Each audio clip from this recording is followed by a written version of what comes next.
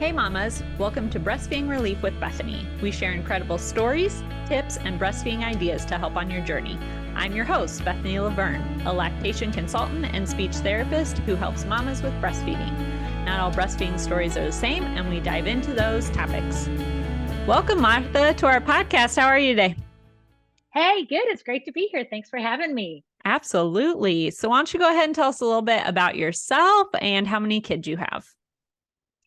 Well, my name is Martha Fry, like you said, and my husband and I we're in ministry. We actually started a church 25 years ago, and we have 3 kids, and they're all young adults right now. But so that's kind of where we are in life and everything. Awesome. Why don't you tell us a little bit about your breastfeeding journey?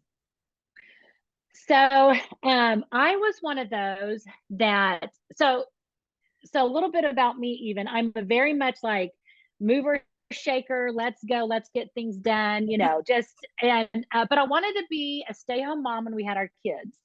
And so I wanted to breastfeed. I even wanted to do cloth diapers, the whole thing. Nice. And so with our first one, it was fairly easy. She latched on. It was really great. But at about 6 months, she just was struggling. And so I was, fixing a bottle and kind of finishing off with a bottle. And so with her, now I'll tell you later on why I struggled, but I know now, but back then I didn't. And so I remember I was like, I'm giving her more from a bottle than I am from nursing. So, I was pumping, trying that, all the things. And I finally just had to say, tonight's the last night I'm going to so I had this emotional like ending, like tears, and I'm a horrible mom, and all the things. Then our second daughter, I know it now, but I didn't then, but she was tongue tied, and we didn't know that until she was like 2. So she was like a 45-minute nurser, but she was gaining weight. So the doctors didn't really I don't even know if I told them that, but it did cause me to kind of sit back and be, like, okay, we're in this for the long haul. And then my son, our third one, I was able to go the longest with him. But still, I wasn't like one of these that like a year in. Probably with him, I went like 9 months, and it was kind of the same thing. So I always just kind of had these dramatic, like, we're done, and I'd even kind of said, I'll nurse for a year. And then after that, once they can take a sippy cup, like, we're going to go, like, I'm done nursing. So I'd kind of already said that, but I never made it to that. So, okay. Yeah. because it started off well, but it was a struggle. And I think, I know that I didn't slow down. I didn't drink enough water. I didn't rest. Like when they were sleeping, I was like, oh, I got to do all the things of the house, and I gotta. And so, it was almost like after I had kids, and I realized rest, nutrition, drinking lots of water, all that stuff is super important, especially I think if you struggle. And I just didn't. I just go, let's go, have a baby carrier, let's go, So if I had to so that is one thing I would, just even drinking more water, and not drinking coffee and Cokes and all that stuff, So, right. So, yeah. Yeah, I know one of the biggest tips that they give out is now not only fill your water bottle in the morning, but fill 3 water bottles or 4 water bottles and have them in the fridge. And then you can just go get another one. I know, so simple. And even now I drink like half my body weight in ounces at least. Sure. And if I'd have done that back then, it'd have made a huge difference, Yeah. Yeah. Very good. So why don't you go back with your first daughter? What happened at 6 months that you now know? So I think, when we had her, my husband and I were in youth ministry, and it was like one of those that's like, I had the baby, she was healthy. She was one that would sleep anywhere. So we had a stroller, we had a car seat, we had all the things. So I just was like, go, let's go, and I didn't miss out on anything. I love people. And so I think like by about 6 months, my body was kind of like, okay, we can't nurse your baby, stay on the go, and not have any downtime, Sure. and I also think, honestly, I'm pretty sure I probably had some postpartum depression. And so I just wanted to be around people. I didn't want to be Mm, alone. And so I just think if I'd have had somebody like, even what is, what ladies have opportunities to have now with coaching and stuff, I'd have just had somebody to say, Martha, it's okay. You need to rest, and don't let people drain you, and watch what, eat healthy and drink water. Like that would have made a huge difference. sure. And here, I think for somebody to say, Martha, it's 6 months, it's 9, it's a year, Mhm. you've got the rest of your life. When they're little, you think they're going to be little forever. And you're like, I'm Sure. stuck. I mean, you can have this, Uh-huh. this is the rest of my life. And you're like, no. In a year, they're going to be walking. In 2 years, they're going to be, and so just even being around other older women to give you perspective would have Sure. been really helpful, I think that's you awesome. know? Yeah. And it's so great nowadays that there's so many lactation groups and moms groups and even Facebook mom groups that you can post questions in. I know I personally Yes. felt so lost after we had our first son. I was in the corporate world leading around 50 therapists, and my phone rang off Wow. the hook. And then I had a baby and no one contacted me because I was on maternity leave. I felt so lonely. Yeah. And so I was so thankful that I found a lactation group in town. And so I went religiously every Wednesday from 10 to noon to just be around Yeah. other moms so that I felt normal. Yeah, Hmm. exactly. Hmm. I do. I think that makes a big difference, even with breastfeeding, for somebody to say, hey, are you eating enough? Are you getting Hmm. enough? Are you resting? Have you tried this? Sure. And, and if you don't have that, you just kind of can very much just feel all very much alone. Right. And I feel like in this world, even with social media, you just feel so lonely. Yeah. As a mom, some days you aren't, right? But we feel lonely, and it's okay to ask for help or reach out or get that Yeah. one-on-one coaching, find a lactation consult. And it's so easy with being virtual. It's not the same that I Yes. can't give you a hug, but it's still nice to talk to someone and see their face. Oh, absolutely. I mean, Hmm. if they'd have had anything and sometimes I think social media can be the worst, because Uh-huh. there you are as a mom, you're in your nightgown, a ponytail, sweats, and you're looking on social media, and some other moms posting these beautiful pictures of their kids, and it's like, Hmm. I remember that, just like, I remember one day I was like, I am taking a shower, I'm fixing my hair, and I'm going to put on my makeup. If I have to turn around, take it off, and get in the bed, I mean, I was Right. just like, I am getting dressed. Mhm. Yeah, I remember the first moms group I went to. I got up early and I did all the things. So I look put together and I walk in and someone's got her slippers on. And I was like, oh, okay, we can wear slippers. She was like, I forgot to change Yes. into my shoes today. Here we are. And I was like, okay, I'm glad I know the standard now. Yes. You're like, I love this group already. Yeah, this is great. Right. Good. So I want to hear more about your second daughter. Yes. So, like I said, she was a little bit more challenging, which Mhm. no two are going to be the same. And Sure. she was one that she wanted her bed. So if we were out and about, she wouldn't fall asleep in her car seat. She wouldn't fall asleep with you holding her. And so she was good to kind of keep us a little bit more on schedule. But it was challenging because I'm nursing her. I have a toddler running through the house. And I just remember one day having to be like, the house may be ransacked by the time I get done, but I can't Mhm. just, and I had gates and stuff like that up. But and so I just had to like sit back and be like, okay, she's gonna take a little bit longer to nurse. But I will say, I think it's like, talk to your doctor, talk to somebody and say, is this normal? It's normal. But Mhm.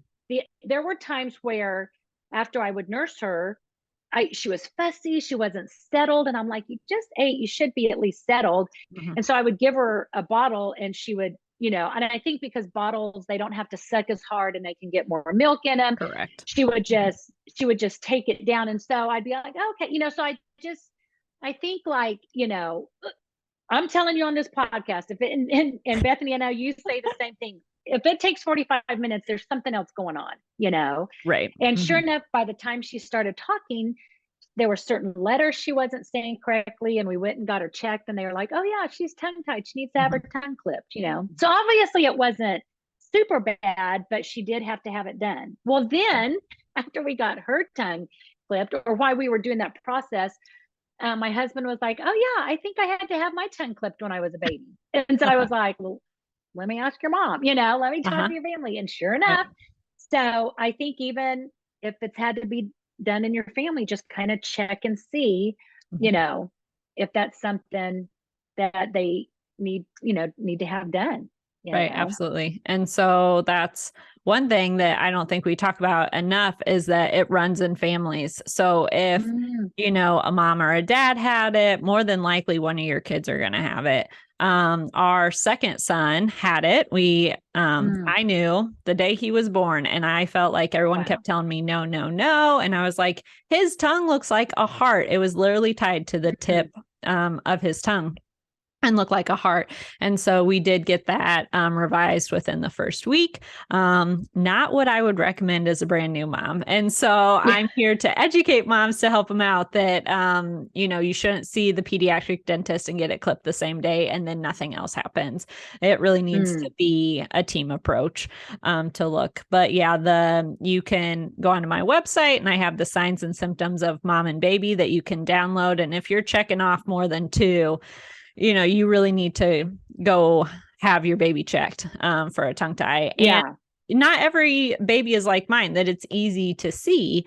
They have a tongue tie. Some of them are so far back that you aren't going to notice it right away when they're breastfeeding. You're going to notice it, like Martha said, when they're older. So also as a speech therapist, I still have kids on my caseload in junior high and high school that are seen for R's, all the kids that can't say wabbit.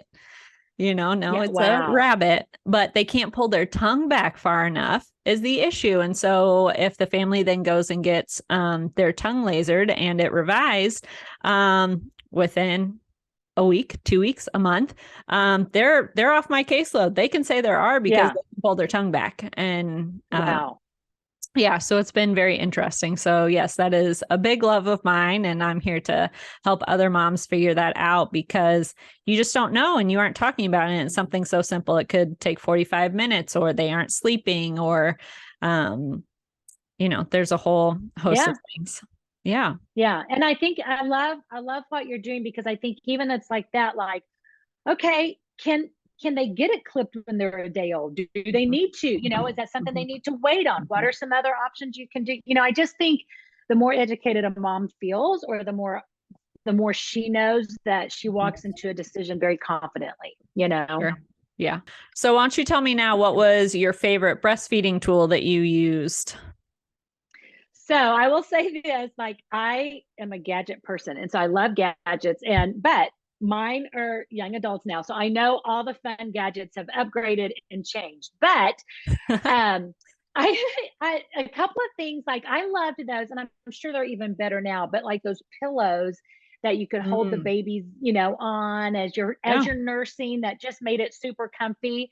Um, but I probably, the thing I got is I got a great chair, rocking chair, to sit Mm-hmm. in to nurse them in, and where I felt comfy, I could like nestle up in it.